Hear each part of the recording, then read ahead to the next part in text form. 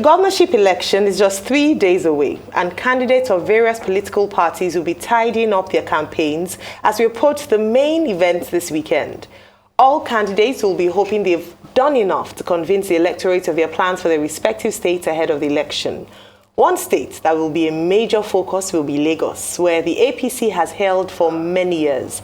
However, this year is quite different from the usual, with the People's Democratic Party and Labour Party looking to cause a major upset after the performance during the presidential election of February 25.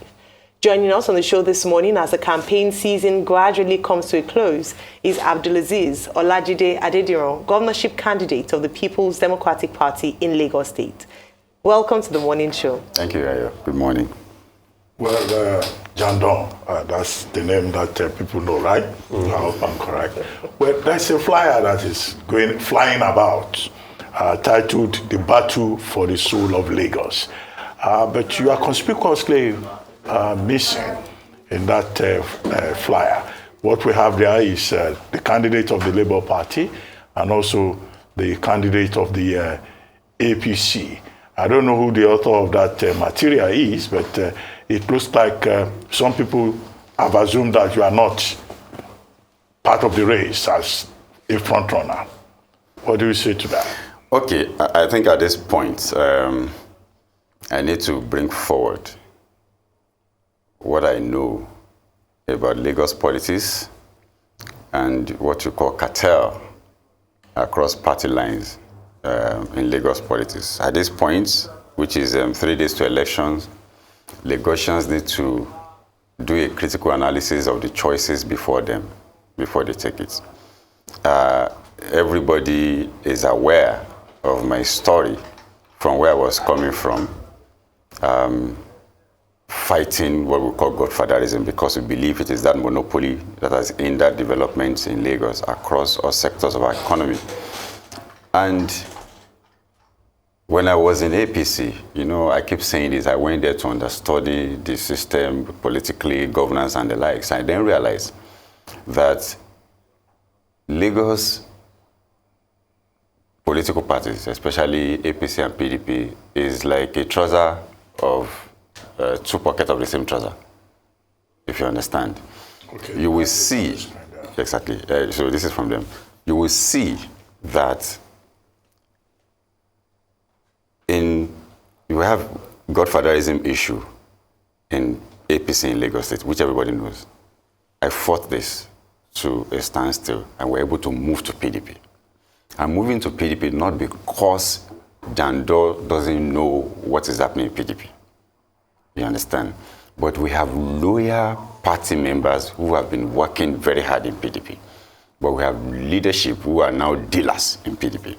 Now, I will break it down. When I got into PDP, when I created the ripples within APC, and we moved en masse into PDP, we got to PDP with ambition, with aspiration. Everybody knew this guy wants to run for governor. And I'm saying this so that all of us will understand that we can go back to it. So when I got there, I went straight into Chief Bodejo's house. There are different tendencies within the PDP. We have the Duarte, we have the Dr. Ogunkelu. I went into Bodejo's house despite the fact that the house has nothing in terms of structure that can even make you to be governor. But I went there through Chief Olusegun Obasanjo to say, okay, I'm going into PDP. I know this has always been the problem. So if we're able to address the man that has always been the problem, then the problem is half solved. So I'm going into the house. Because they work hand in hand with the principalities in APC. I know. So when I got in there, they were preparing to have state ESCO election, state Congress election. And it was during that time I met Mr. Rhodes-Vivour at Dr. Bukola Saraki's place, who introduced him to me. And I said, oh, do you know Gbadebo? I said, oh, okay, no. He said, oh, he's one of you in PDP where you're coming into. He wants to be party secretary in the next Congress that is coming up. Now, with what we cost in APC and moved to PDP, so there was a signal from APC to PDP, to say, because it's a cartel, it's all, working together to say, what, that boy has to be stopped and all of that. It was 2 weeks after I got in, then Bode decided to change to wanting to run for office of governor in the same house. So some of us looked at it and approached Chief then and said, this boy, you have said to everybody that he's your friend's son. And, you know, you are his godfather, so to speak. Why would two of us come out from the same house?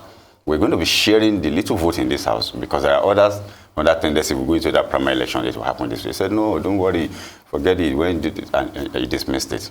So we went into it because I studied this game from, you know, the masters themselves. I just refused to go to the leadership school thereafter. I was able to cling tickets without the support of any one of them and won the primary. So immediately after winning the primary, the same Chief Bode came to sell Bode to me to pick as my running mate. And I was like, I can't fight a godfather where I was coming from. And I'm here babysitting another godfather. It shows we're not standing for anything. So I refused. That is why you've noticed, because you have interviewed him on this station many a times, you will see him eulogizing the other guy at the expense of candidate of his own party. It is what it is, because he asked him to move to Labour thereafter, when he went to Labour. And again, I have been on this campaign. You've been reporting attacks on Jandor every day, every now and then, a PDP candidate. Chief Bode George and a few other leaders has never for one day come on here to to condemn this attack on the candidate of their own party. I don't know if you understand. Just about a few days ago or thereabout, the same Chief Bode George came out, a PDP chieftain, saying some people want to keep Bode Rhodes-Vivour. So you now understand what is happening.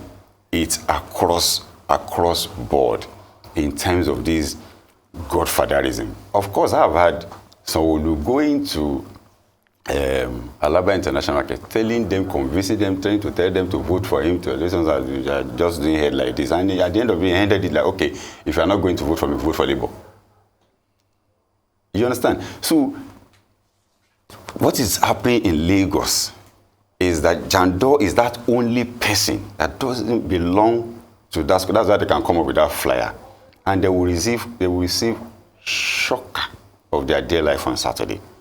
Because what happened February 25th has exposed politicians to say, you know what, when it comes to general election, you are inconsequential. Labour Party, Peter Obi, without agents, canvassers, and the likes, were able to pull that because people came all out for them and they stood by that vote. That's what. So you now imagine us with structure, with number. See, you know what? I have known this is going to happen. That's why they were fighting me. When I came into the party, we came from with our own foot soldiers into PDP. And I know them because I understand what is going to happen at the end of the day. Because every election cycle, you will see that the same Chief Bode that will come on air and finish Tinubu from head to toe. We do something that will ensure that PDP doesn't win every election cycle. So by picking up a fight with everybody who is being governorship candidates. It's a trend. Go and check it. All of them can't just be bad. So something is fishy. Baba said he's going to go to Ghana if Tinubu emerges winner. I thought by now we should be calling us from Accra. But he's still in Lagos now, trying to cause another issue. Leaving your own candidate to endorse another party's candidate without even sitting down with me and call, hey, you guys come, let's discuss. When Peter Obi called me, because I met with Peter Obi, and my principal also called me, which is Atiku Abubakar, on this matter and said, okay, Peter Obi said, your principal will call you. I will also call the other guy. Let us first discuss whether or not alliance will work amongst you. And I said, I don't have a problem with alliance. The problem that I have is, how are we going to go into it? Not gambling, by making sure we put our best foot forward. All right, thank you. So from what I gather from what you said, there are internal saboteurs of your ambition on Saturday within the PDP. Because the question, let me finish. So the question I was going to ask was, do you have support from your party? I'm glad you talked about the fact that your presidential candidate, your principal, has called you, because on Monday we had Mr. Peter Obi sitting where you are sitting now, and he publicly endorsed Mr. Bode Rhodes-Vivour. Yes, but on your side, we haven't seen that kind of show of support from the PDP.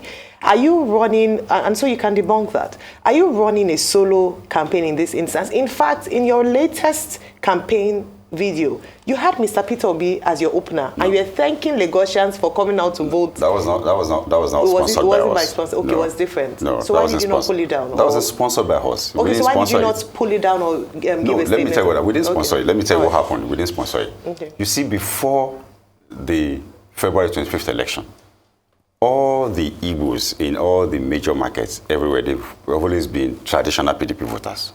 Everybody knows that in Lagos. So myself and my senator, Ireland, were going one market to the other, appealing to them and begging them they have to do PDP in presidential election and all of this. And they told us clearly that no, that they are going to stand by their own. No, we should allow them. But Senate, March 11th, as at then, we are going to come back home and do our biddings. That's what they told us. So immediately after that election, on Monday, they were having their meeting. The entire 48 of market. They were having their meeting on Sunday, and they called us into that meeting to say, well, we have had our statement, we want to, we have done what we want to do, but next is for you to know we have done jingles, we have done this, we are going to put it on here, so that you know that we're really supporting with our money. And none of that. So those ones that with us, they are not going to vote. Was not no. It was at sponsored by the end of the message, there was nothing around powered by it was just as if it was from your campaign. No, it wasn't from us. It's sponsored. It was sponsored. Okay. And that's we have that over and over every campaign. So they're standing by us. And let me answer your second question about if my party is standing by me. Okay. When we had this discussion with my principal, and the same discussion I had with Peter, we said, okay, Jando, how will this alliance work? Of course, the alliance can work if we're ready to put our best foot forward. Analyze the two candidates. This other person has 2 pending cases on his candidacy. One is in Supreme Court. And if you understand the kind of character we are dealing with on the other side, Supreme Court can come to say, the Labour Party doesn't have a candidate after we have done that. Or the second one, which has to do with Section 77, let anybody say whatever they want to say about it. Now, it is only court of competent jurisdiction that will interpret that for everybody at the end of the day. We're not ready to gamble going into that. So that's why we say, okay. Jando, a couple of things, and these are hard truths. I'll tell you this. You have lost momentum. Prior to the last elections, you had momentum. I'll look you now as a friend and tell you, the buzz around Jandon then was big, but the buzz around Jandon after this last 25th of February election is no longer there. Okay, you want me to respond to that? No, you will respond to that. And secondly, it is obvious that there is no deal that is going to work out between both of you prior to the election. So you people will have to go solo. Because as of today, if nothing has been done, nothing is going to work out. That's another hard reality. Thirdly, somebody also sent a message and said that you lied, that Sanwo-Olu did not say vote Labour instead then. Maybe you have to react to that. That I lied? Yes, I mean, this show will take rebuttals from every part. That Sanwo-Olu did not say vote. You can vote Labour in Alaba if you don't want. And if you talk about this zest for the PDP so much, Jando, why couldn't you deliver for Atiku Abubakar in the Lagos elections? Okay. Why couldn't you deliver? Because that was your first test. Are you done? Yes, sir. Thank you very much. A lot of people don't really understand this game. That's why you see the people that are jumping up and about, thinking they have a wave that they can ride on. They're doing a whole lot of mistakes, and they will get the result of this election. I've taken my time to analyze this, even on this station when I came. We had that election first. That election was on religion, religions, ethnicity, and the likes. And in Lagos, we have a supposed, Lagosian who is also on the ballot. If you look at that election, you will see that the guy won in all indigenous local governments of Lagos. In the Ekpe, in Badagry, in Bejuleke, in Ikorodu. I don't know if you understand. That is because they decided to say, it's our own. Let's do that. If you look at it, the Igbo-dominated community in Lagos, from Ojo, Amuwu, Ajeromi, Oshodi, Solo, Labour Party won. Now, that's Peter Obi won. If you look at where you have more elites, in Koshofe, part of Alimosho, elite came out to say, we are giving this guy the vote. It's not about the party. I don't know if you understand. Now, after that, go back to Lagos West. From the 582,000 vote polled by Peter Obi, our own senatorial candidate polled over 400,000 of that votes in Lagos West. And he won that election, but they obtained Ireland. He won that election, they obtained it. So which means that the people who were voting Labour Party knew that the next thing for us to do is to vote PDP, because that is what it is, not APC. So, and a lot of people look at Atiku Abubakar's 75,000 votes. They're not paying attention to Ireland 417,000 votes. A PDP candidate in that same election. They're not paying attention. So if Ireland could get 400 and something thousand, why didn't Atiku get 400 and something thousand? I have said to you that this election was along ethnic and religious line. People decided to say, we will stay with our Christian brother, we will stay with our Igbo brother, and the elite was like, let's try this fresh thing. And that is what played out in that election. And if anybody think it's the same thing that is going to play out in this gubernatorial election, they have missed it. So that's why you see them jumping on that wave to say, okay, we can ride. If Atiku had won, that is what we'll be doing by now, and say, oh, okay, yes, let's be more lionized because he has won. Now, speaking about momentum, Rufai, I took my time to study this game and play it the way it's been played. You see, all the momentum that you're talking about, these are things that were deliberately sponsored to put here. And I'm telling you, places that I have been to in this Lagos, densely populated community that don't know anything about what you do here, you will see what is going to come out. Now, if anybody is thinking that the same thing you have February 25th is what you're going to have here, you're mistaken, because some of the elite that voted Peter Obi with the outcome, they're disappointed, they're going back. Some do have sense to know, oh no, it's not about anybody who call Labour, it's about the man that will vote for. Let us look at every other person, on the ballot to do a critical analysis of them. The third one, some people flew into this country to vote for Peter Obi, they've gone back. Let them repeat a Tiosa federal constituency election tomorrow without Peter Obi on the ballot. Do you think that guy will win Banky W? No, he will not. Banky W lost to Peter Obi, not that guy. So the Labour Party has been on the ballot since 1999, up until this moment. Now, how then do we now look at the people who want to vote? Where were you? Where have you been? When campaign was declared open from October 12th last year, and you suddenly resurrected from and say because something has happened, and you think it's going to happen. No, it's not going to happen. That's what they're all jumping at to say. But on Saturday, Rufai, on Saturday, you will see numbers and you'll be shocked. But Jando, let me quickly say this. You said here, you were sitting on this seat when you said that I have the momentum, and I didn't argue then with you. I have the momentum prior to the last election. That's why they're attacking me. Of course. That's why they shot at you in Surulere. Of course. But for the very first time... And they're still attacking us. But for the very first time, Badebo was shot out in Epe. Let me tell So you why are they attacking him now? Because you said your words were, oh, you see, they are not attacking the others, they are attacking me because I have the momentum. No. But now, Badebo has not been attacked. So does that say that the momentum has swung to him? No. Rufai, you see, when you get into election, 2 weeks to election, politicians don't go about making noise anymore. What we have done in the past is what we started doing.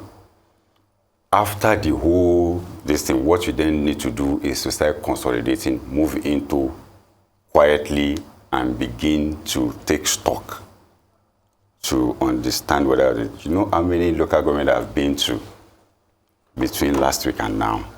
I don't know if you understand. You know how many meetings that we have had to do. You know how many deals that we've done across party lines. I don't know if you understand. But have they come out to openly endorse you? See, at this time, if you're a tactical politician, this is not the time to say Rufai is with me because they'll go after Rufai. Jando, we're running out of time. This is the time to say. We'll need some clarifications. I need to take you back to some of the things you said. You said some leaders within the PDP have become dealers.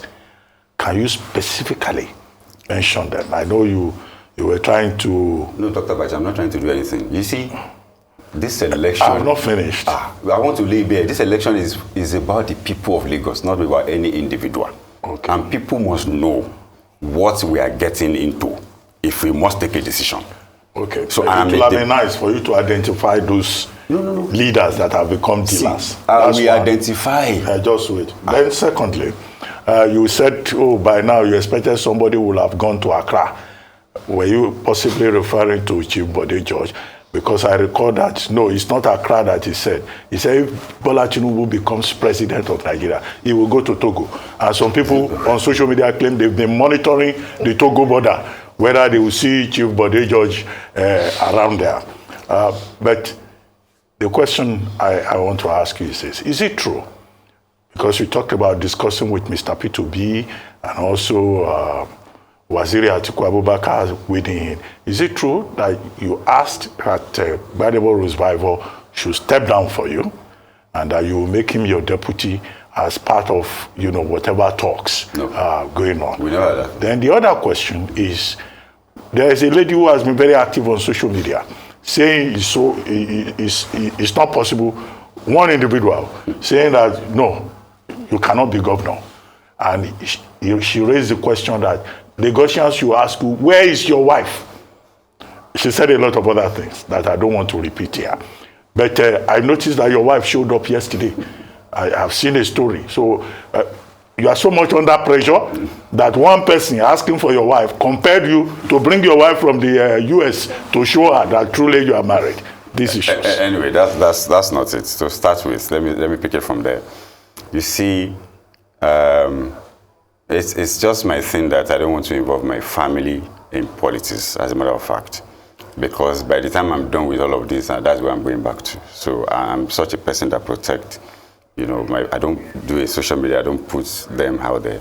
But it has been there that on election day, when it's 2 days to 3 days to election, of course I will appear at the polling units with my wife to say, okay, now we're voting. I have a wife. Everybody knows I have a wife. When they look and they don't get anything about you, they try to create one. And we understand this game. And that is one attack that Rufi is not seeing, that is still ongoing on my candidacy. Why would anybody want to create such to say, let's destabilize? But we know the game, the secret of the game is just focus, eyes on the ball, because it will come anyway. That's why they call it a dirty game. You understand? But you see that one, the moment we are done with this process, because what they're doing is to distract you so that you'll be dragging with that. And you will see that you have remained so focused. I mean, it came up during Atiku Abubakar's time, it came up during Tinubu's time, they shit for body, they pee for body, but you remain focused to where you are going. When you get to where you're going, then you can deal with all this matter thereafter. Now, so I wasn't under pressure to say I was to bring my... It was time for her to come because the election is in few days and for us to do the voting and come back. Every event, PDP members knew that whenever they are doing... When Chief Minister Atiku Abubakar came to Lagos, they did the banner, they did the park that my wife did, her picture was there and they shared it to people. So when people hear that, they know this is still the same policies. Now, what I was speaking to earlier on about... I don't know how you want to reconcile the fact that if truly these people love Lagos, if truly they really love Lagos, the way they're claiming, and they see a golden opportunity for us to take Lagos, and we now have two candidates and you want alliance to work, all you need to do is to make sure in doing that, put your best foot forward. In terms of amount of work that anybody would have done in the history of Lagos politics, nobody matched what we have done. The only person that we can speak to is Late Funshaw Williams, God bless his soul. And the second one is, okay, we want to take this Lagos. Do we now go because we don't like Jando and pick somebody whose candidacy is still being questioned in court? Or who even me? Because by the time we go into this election and I win on Saturday, because we are going to win this election, and we win on Saturday, it can't even come to challenge that victory, because in the first place we say, no, you don't even qualify to run because of your breach of Section 77 of the Electoral Act. Why would anybody now say we'll go to alliance and put such a person forward? By so doing, that would amount to death penalty for us. Sorry, this question is for somebody very important. In a case where both of you can agree and the incumbent wins, how would you feel? Let me tell you something. Because of your egos. No, let me tell you something, Rufai. If we go into this election 3 years, we will win, maybe with slim margin. If we go with them, we'll probably win with landslide. Now, we can't agree to that alliance. We say, you go forward because of this snag. The character we are dealing, you know our judiciary now, they will come with one technicality to say you don't have candidates. Or they can decide to bring up somebody who was 4th position to come and be 1st position. We've seen things. So we can't go into that election, sitting on a keg of gunpowder. There is 2 cases on your neck. I don't have any. I think these people, if they truly love Lagos, they will say, you know what? Let us... These people, name them. Chief Odiyach is one of them now. Bucknor is one of them. Who? Chief Bucknor. They left their own candidate. Who else? They left their own candidate. No, this is in the public domain. It was on the news. They left their own candidate to go and endorse another party's candidate without even calling me or calling both of us to say, how do we go about this? And people call their attention to this snag. You can say it is not there. It doesn't matter. It is only court of competent jurisdiction that will determine and interpret that. We shouldn't wait and go and do. So I've spoken about the choices. Godfatherism has been the problem of Lagos. We must put our best foot forward. I'm an independent candidate. That's what we're doing. All right, that's okay. Thank you very much. We've been talking to Dr. Adediran, popularly known as Jandor, the gubernatorial candidate of the People's Democratic Party in Lagos State. We wish you all the best.